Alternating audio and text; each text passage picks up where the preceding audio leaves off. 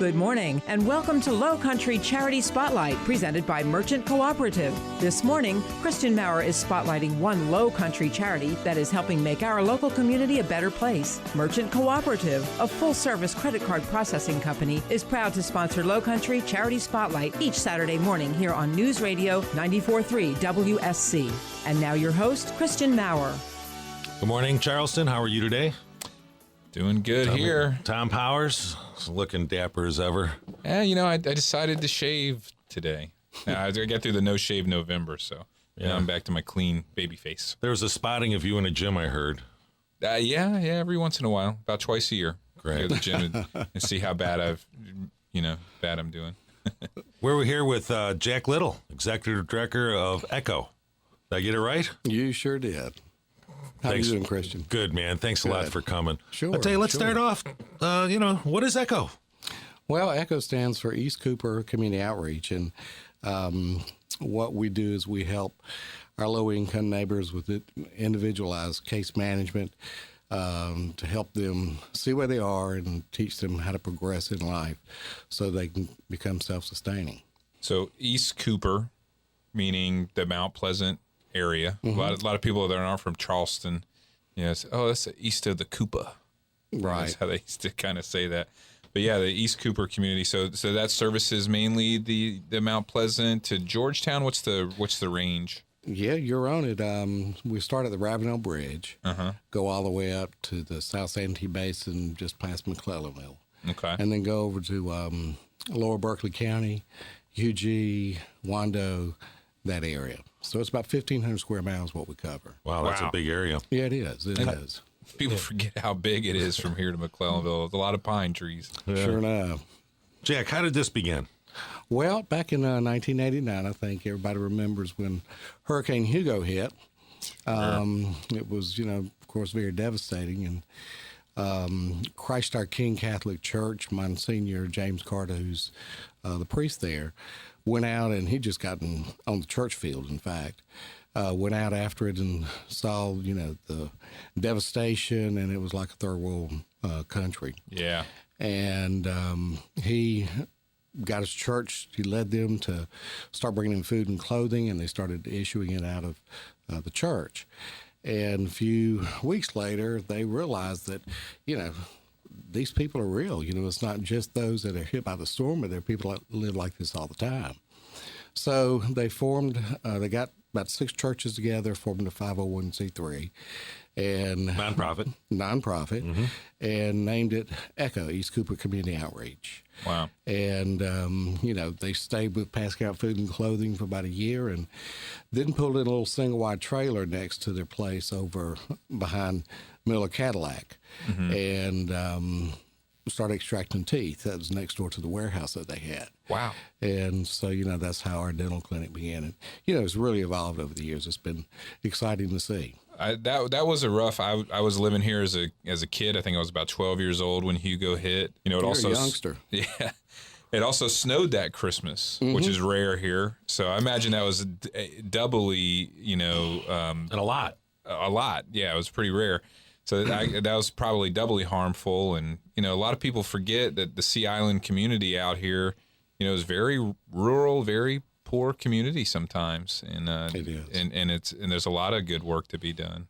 Well, out in the rural areas, it's about 48% of the people live in poverty, or 200% or less. 48% of, I'm sorry, the Jack. rural areas outside of Mount Pleasant. What would classify somebody living in poverty if the listeners don't know? A person in poverty, they make less than $11,400 per year. Oh, okay.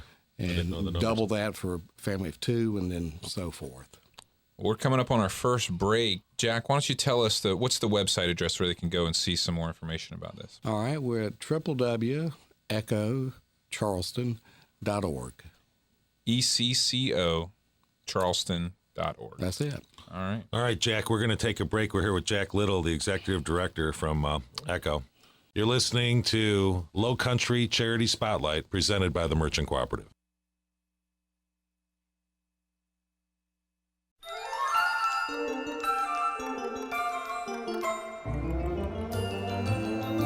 Welcome back, everybody. Mr. Jack Little. What a nice guy. We're talking during the break. But you think I'd say that about everybody, but I don't like all of our guests. But I do like Jack. And 25 years, E.C.C.O. celebrating. Yeah. How'd you guys celebrate that? Well, we had a big to-do up at Allendale Green. Christ our King, in fact, paid for it, so all the expenses, so everything was free. We had food trucks, we had children's jump castles and all kind of things like that, and about 5 bands that played that day. Oh, wow. And yeah, it was awesome. We involved not only, ourselves and donors and volunteers, but also the people in the community that we serve. And it was just fantastic. We couldn't believe how many people came, and it'd been raining all week before that, and finally stopped that morning, and it was awesome. Sometimes things work out like that with events, where you just can't believe, wow, the sun's actually out today. Yeah, you're thinking the weather's going to be terrible, and then the day before the event, yep, it's beautiful. Say thank you, Lord. Well, you were saying in the last segment just about the dental clinic, how it started with just a little trailer. Yeah. That's pretty amazing how something has origins like that. It's always interesting to see how charities and businesses develop over the years. What else how has E.C.C.O. evolved over the years? Well, E.C.C.O's evolved through just continuing to try to find needs that we could serve for the people that we serve.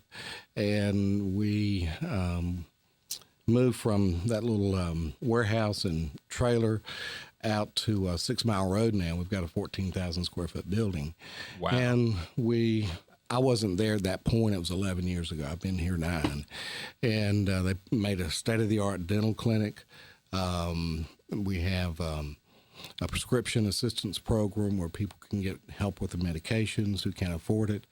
We also have health education classes. We can help people who qualify with mammograms and eyeglasses, things like that. That's in the 14,000 square foot facility. Yeah. Oh, wow. And then, we have basically, I guess you'd say, 3 pillars that we stand for. One is our basic needs, which is our food and clothing and emergency financial assistance. St. Vincent de Paul, they have an area where they go pick up furniture, appliances, and bring it in. And so our clients have access to that. Then our health programs include the dental clinic, which last year we served over 2,300 people. Oh, man, that's a lot of at no folks. cost. And, Wow. And so that was all done at no charge from people. How do you raise your money? Where do you guys get your funding? You get any funding from the government? No, we don't. That's an amazing question. I ask that all the time. I think, and you tell them why. I mean, a lot of people have a big misconception we think about charities. Yeah. They think that the government's just doling out money left and right for nonprofits. Right, like you get a check for $1 million a year from a government. No, we've had opportunity to try to get government funding, and we really don't want it. Okay. First of all, I believe that it's the community's responsibility to take care of each other. That's right. Yeah. And my gosh, what a great job we do here in East Cooper. Yeah. We get most of our money from just people like you and businesses that know what we're doing, believe in what we're doing, and then also our foundations and grants and things like that. How does a listener go about, Jack, making a donation? Whether it be time, can they donate their time too? Sure. And money? We have about 400 volunteers, including our dentist and physicians who volunteer, as well as volunteers that work around the building doing food and clothing and counseling. We always are looking for volunteers, and we're also able to take donations on our website, or of course people can mail checks in, and this is really a crucial time of the year for us. Yes. And it's end of the year, and about over 50% of our budget comes in November and December. Yeah. And so, that's what I've been doing today, is calling people and saying, can you help us? Can you help us? Sure. And, pretty much everybody we talk to, really will help. And so I'd like to talk with y'all about that too. Absolutely. Oh, I'm sure. kidding. How many people do you think E.C.C.O. served last year in some form or fashion? And again, everybody keep in mind, just in the East Cooper region. With the various services that we have, we figured the population's about 5,800 people. which is like a little less than 10%. But we have multiple points of entry. They can go to the dental clinic, they can go to prescriptions, they can go to the medical clinic, or, for food and clothing, things like that. Again, we served a lot in the dental clinic, but over the last year in our medical clinic, we've served over like 2,000, almost 2,500 people. So that's reaching a lot of people. Yeah, it is. That's providing some help to a lot of folks. Do you guys do like case management with people when they come in? Yeah. Yeah, and back in 2008, I walked into the lobby, and the Lord said, "Jack, you're not really helping these people. We're sustaining them, and that's about it." So, who said that? The good Lord did.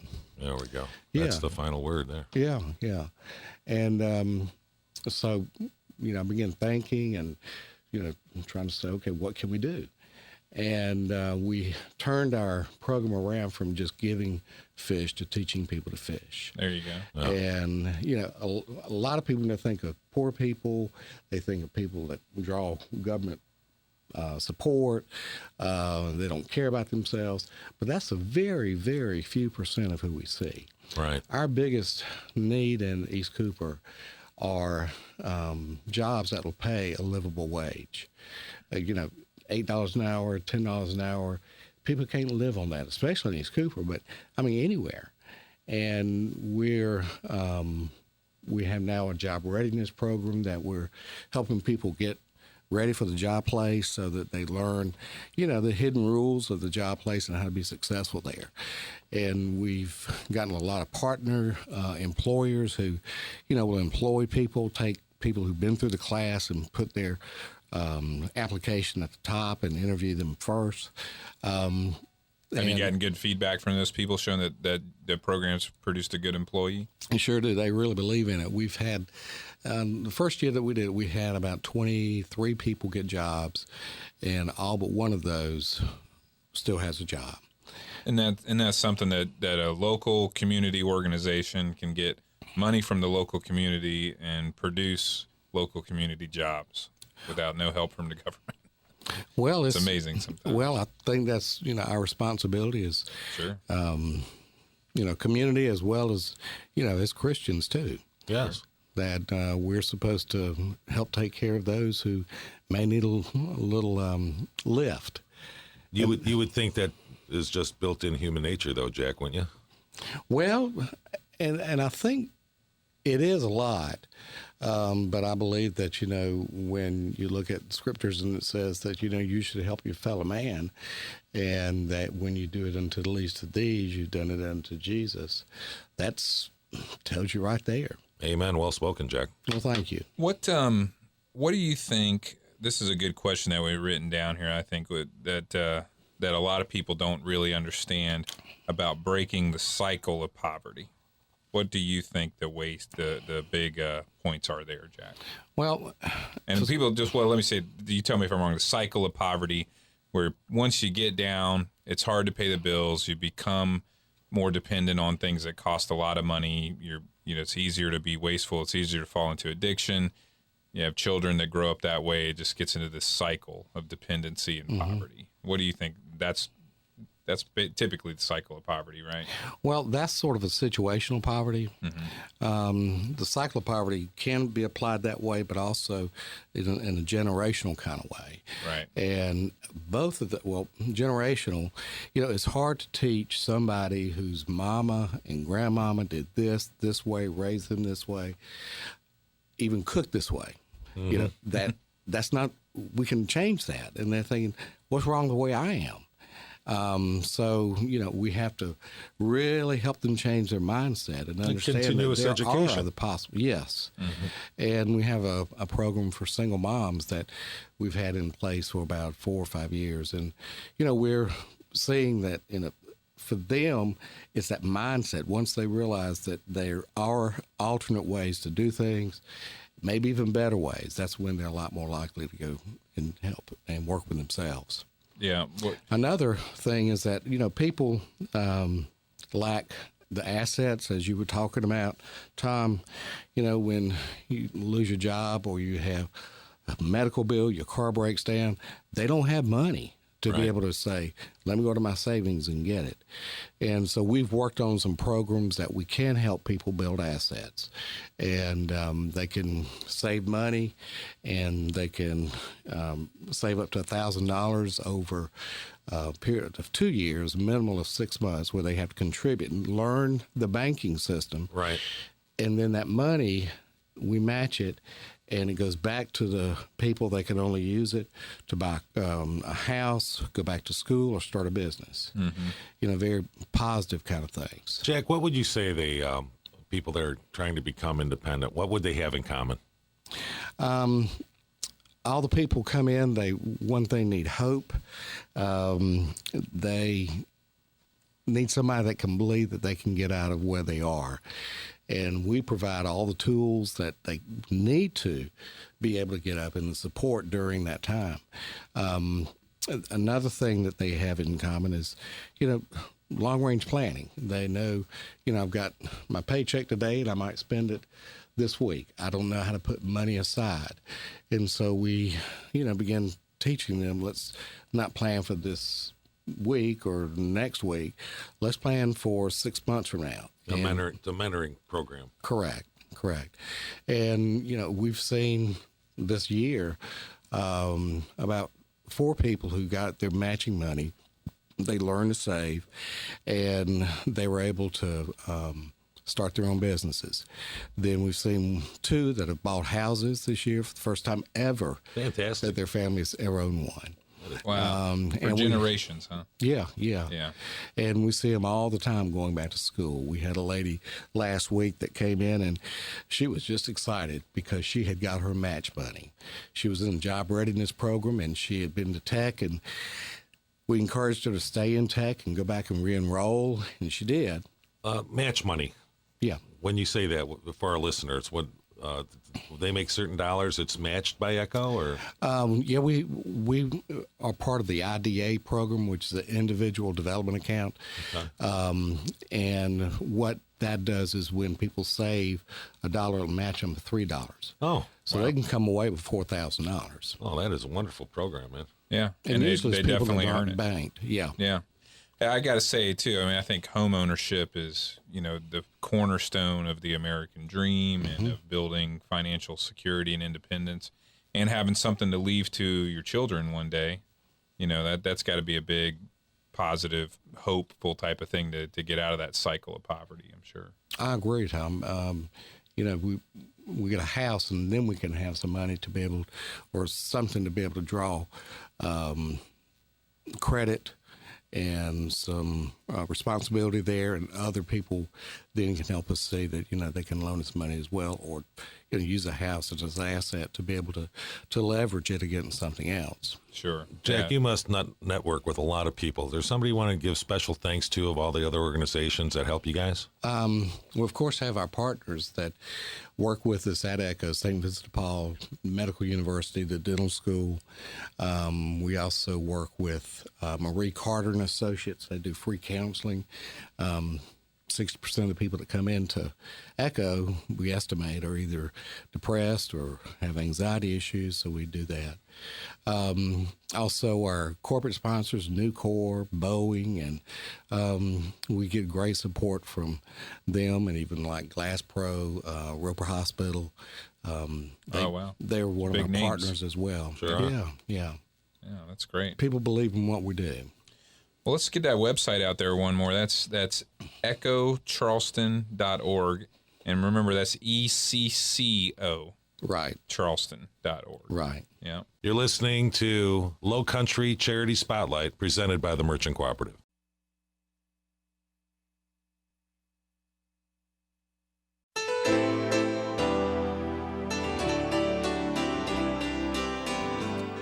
Welcome back.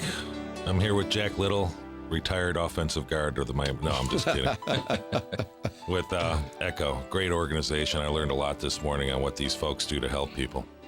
Tom, you got a question for Lee? just if you got some stories out there, does anything stand out in your mind of a particular family or person that you guys have helped out that can help illustrate for people what E.C.C.O does? Sure. We have a program for single mothers. Okay. And I remember there was one lady who came in. It's called our Getting Ahead class. And she came in. She had been a women's basketball coach at a small college in the state. She also was the athletic director for the women's sports.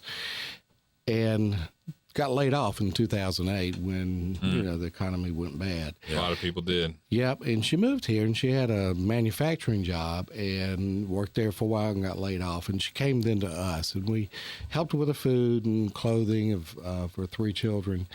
And she went through this class, and, the whole thing was for it to give her some type of goal and inspire her to be able to reach those goals, because you can't get out of poverty or accomplish anything in life unless you want to do it yourself. Yeah. And so she, wanted to work her way out of it. She found the only job basically she could have was working at a convenience store as an assistant manager. So this is somebody that had some real accomplishments in life. She sure did. And when the rug got pulled out from under her, is really hard to bounce back. Yep, she got a college degree and got a master's degree in that, and working in a convenience store. Yeah, I had to be making close to 3 digits with that type of educational background. That's yeah, she was doing well. We need that support that you guys give. So did that for 2 years, and she continued to come into the support groups as the graduates would, and it's sort of a pump up kind of thing once a month. Mm-hmm. And we had established a partnership with Wild Dunes in our job readiness program about placing people out there. And Keith Snull, who's the HR guy out there, just loves this kind of work. He's been involved with it before. And so they knew of a position out there that was full-time, and it was in a supervisory position. And she was able to get a job out there. She's been there, I guess, almost 3 years now. Oh, wow. And, she's doing great. In fact, she's gone back to the area where she lived and hired some of the people over there. Oh, wow. So, it's just an awesome thing. Plus, they adopted families for us at Christmas time. Okay. And then now she's making a living wage, making an income and on a career path and just kind of, with a helping hand, helped her get there. Right. Exactly right. That does seem to sum up what you guys do. I mean, you definitely are helping local people in that East, just like the name says, the East Cooper community outreach. You're helping the people that live there that need the help, putting them in with local other, community businesses and everything. I mean, I think a lot of people do get their eyes start to glass over with charity and philanthropy sometimes because they think you're just giving nothing but a handout to people and not making any lasting changes. But it sounds like you guys are really it's real easy to take for granted when you're sitting in your home and you have presents under the tree and you have your jobs and everything. But the work that, this community especially and you, Jack, and the help that you give these families that are in need, I mean, it's a thankless job. And a lot of people take it for granted. A couple days before Christmas here, once again, how do they reach out and donate money? You got to give to charities, folks. How do they get money to you, Jack? Well, again, they can send it and drop a check in the mail to us at 1145 6 Mile Road in Mount Pleasant, 29464, or go to our website at E.C.C.O Charleston, E.C.C.O Charleston.org, and, put it through internet there. It's a busy time for us, and these are very, very crucial days, celebrating our 25th anniversary and trying to capitalize on that and let people see that, but also raising the money to be able to make our ends meet and provide services to our clients. Most people don't realize that 93% of every dollar goes back to our client services. That's awesome. Well, guys, it's going to wrap up the year really here, I think, with this show, or at least Merry Christmas to all our listeners. Yeah, Merry Christmas. Merry Christmas. Remember, you guys can go to lowcountrycharityspotlight.com to hear an archive of this show. Christian, our fearless leader, will lead us out today. Jack, thank you so much for coming today, and God bless you and your folks and what you guys do. Thank you. I get chills thinking of all the goodwill that you guys do. Well, you're a good man. Thank you very much for coming and seeing us today. Well, it's great to be here. You're listening to Lowcountry Charity Spotlight, presented by the Merchant Cooperative. Lowcountry Charity Spotlight is presented each week by Merchant Cooperative, a full-service credit card processing company that provides payment processing services to businesses all over the Lowcountry. Please help and support this morning's charity so they can continue their good works. Thank you for listening, and be sure to join us each Saturday morning at 7:30 here at News Radio 94.3 WSC.